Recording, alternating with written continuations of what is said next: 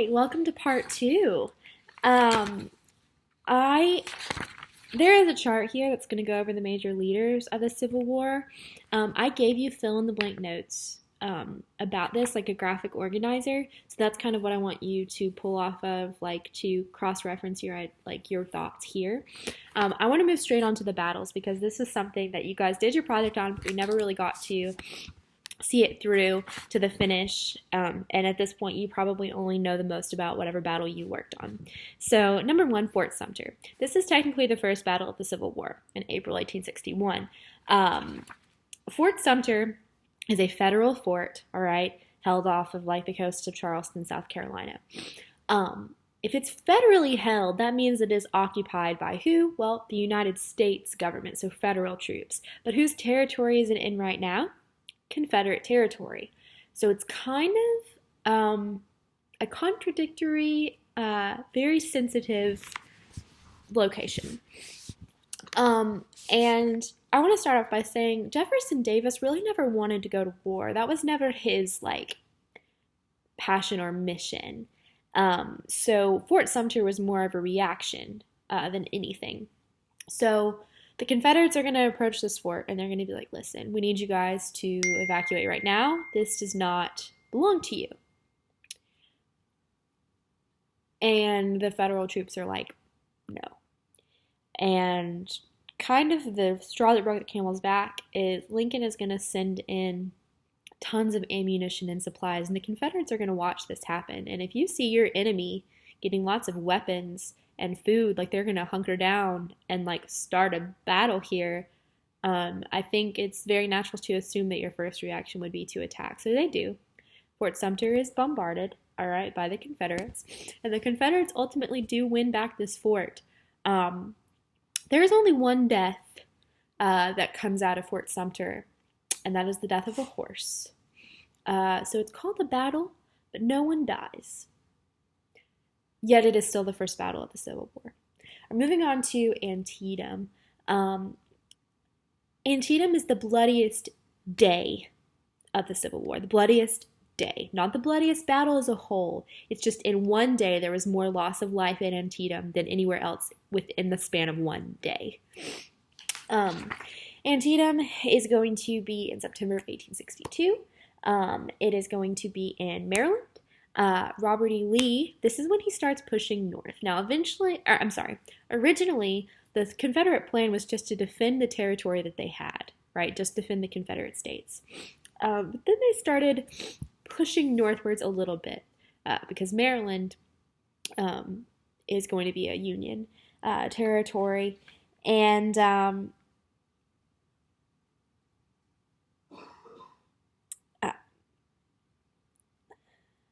here's the deal. This is where the population advantage of the Union is really going to show itself. The Confederates are grossly outnumbered, and they are defeated.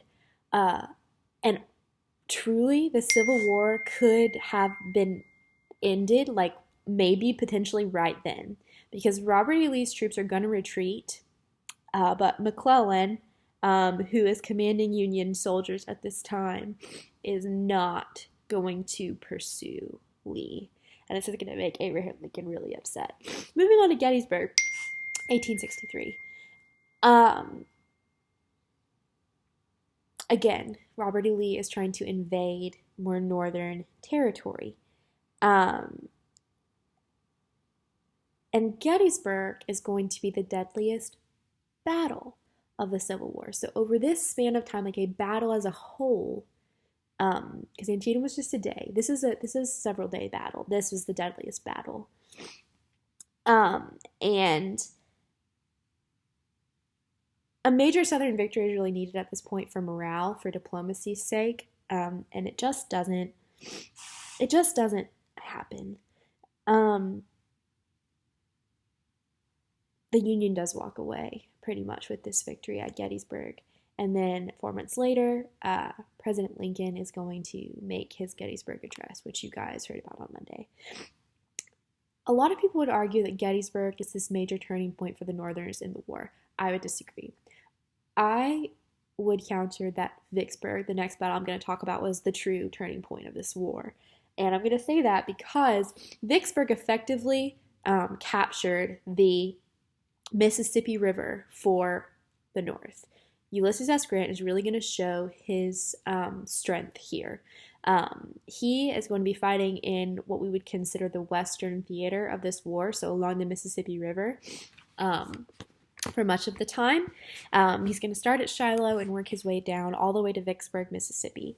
And this is going to be a long-term siege, right, of Vicksburg. This is not a short victory. Vicksburg is a long-term siege. But strategically, when U.S. Grant takes away this victory at Vicksburg, he now has given the control of the Mississippi River, which is essential to Southern survival at this point. That control now belongs to the Union. It belongs to federal troops. So I would argue, actually, that Vicksburg is the turning point in the war for that reason, and also for the reason that people are really going to start to see U.S. Grant as a true leader. Atlanta, this is a staple in what we would consider Sherman's March to the Sea. He is going to, again, this is going to be a siege. All right, he's going to siege Atlanta for 6 weeks before actually capturing it. And here's the deal. I told you guys, Sherman's a little crazy, and Atlanta is going to start kind of like this pyromania deal with him, and Union troops are actually going to burn Atlanta to the ground. Obviously, it's been rebuilt and is now the great state capital of Georgia. But this is a really big shot to the South, because Atlanta at this time was a really important supply and power center for them. So Sherman burning this down, then marching all the way to Savannah, burning as he went, is really going to be the last nail in the coffin of the Confederacy. Okay, so moving on, I'm going to talk about Reconstruction just very briefly, again, because you guys did your crash course on Reconstruction yesterday. What I would like to do is detail the difference between presidential construction and congressional Reconstruction. President Lincoln wanted to make it as easy as possible for the Confederate States to come back in to the Union. And Andrew Johnson did too. He had his own way of going about it. But they didn't really want to put a lot of pressure on the South. Congress disagreed. There's a faction that's going to form called the Radical Republicans. These are largely abolitionists. All right, they're extreme. They're very extreme. I'll leave it at that. And they want to put in a lot of steps that Southern states are going to have to meet and accept, a lot of standards before they can be welcomed back. And there are 3 amendments to our Constitution that are going to be part of that. The 13th Amendment, essential to this whole process, abolished slavery in the United States. So that was kind of like a duh. Like, of course they have to do that, but that's number 1. The 14th Amendment, I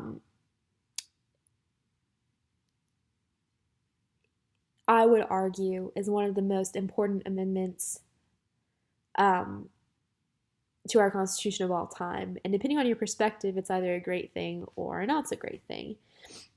The 14th Amendment defines citizenship, okay? And what it says is that all people born in the United States, we're citizens. So even today, anybody born here, even if their parents aren't from here, is a citizen of the United States. That is an amendment to our Constitution, all right? And then furthermore, it's going to guarantee that no citizen can be deprived of their citizenship rights without due process, without trial, without reason. And then the 15th Amendment is going to guarantee voting rights to African Americans. So women still can't vote, by the way, but African American men can now vote if they are over the age of 21. Okay, so that's 3 amendments that these radical Republicans are going to require Southern states to adopt, obviously, before they can come back in. And funny enough, there's always a loophole, and the Southerners are going to find it, and they are going to work that loophole until the 1960s. So for about 100 years with Jim Crowism. I'm not going to spend a ton of time on the Freedmen Bureau. Essentially, again, because this was on your Reconstruction crash course yesterday, essentially the Freedmen's Bureau is a organization, and the Bureau of Refugees as well. These are organizations that are coming in to help African Americans get back on their feet, to help them become members of society. That's their purpose. That's their function. They're going to provide education, food, clothing, jobs, medicine, whatever African Americans need. All right. Andrew Johnson is actually going to be the first president that's ever impeached, by the way, and it's largely because Congress really didn't like him. And he's going to avoid that impeachment by like a hair, but he does avoid it, just so you know. And here comes what I was talking about before. There's a loophole that Southerners are really going to work, and they're going to work it with black codes. Black codes, or Jim Crowism, right, is this idea of imposing a new sort of social slavery, I would say, on African Americans. First off, a lot of the jobs that were available to African Americans were sharecropper jobs. And what a sharecropper does is they subsistence farm for themselves and give the rest to whoever owns the land. So you give them a piece of land, and it's technically like theirs, but a large portion of what they farm for it has to go back to the owner. So it's sort of like slavery. And that is going to be the path that a lot of African Americans have to take. They are also going to threaten African Americans, accuse them of crimes that they don't commit, give them unfair trials, pressure them not to vote, impose like literacy tests on African Americans for them to vote. And the KKK is really going to be a huge enforcer of this, of these horrible things. And the KKK was going to be founded by veterans of the Confederate Army. I don't know if you've ever heard of Nathan Bedford Forrest, but many would say that he's involved in this. And what they're going to do is try to like sort of just enforce this way of life on African Americans. Okay. And U.S. Grant, when he becomes president after Andrew Johnson, is going to send Union troops into the South to help protect Reconstruction. But eventually, Union troops are going to be withdrawn, and the KKK is really going to start enforcing segregation, as well as Southern governments. The election of 1876, Rutherford B. Hayes is going to win it, but he's kind of going to win by a gimme, all right? There's going to be some confusion with the vote by popular vote and electoral college, okay? And this is going to kind of be disputed. And Hayes is going to work this out by agreeing to support Democrats in the South, appoint a Southerner to cabinet, and withdraw federal troops, which is, again, what I was just referencing, what he did. And they're going to give him that election. And Rutherford B. Hayes, his election to office is going to officially signify the end of Reconstruction. So, without further ado, you guys have some questions, I believe, to answer. I hope that me going through all this was helpful, and I'll talk to you guys soon.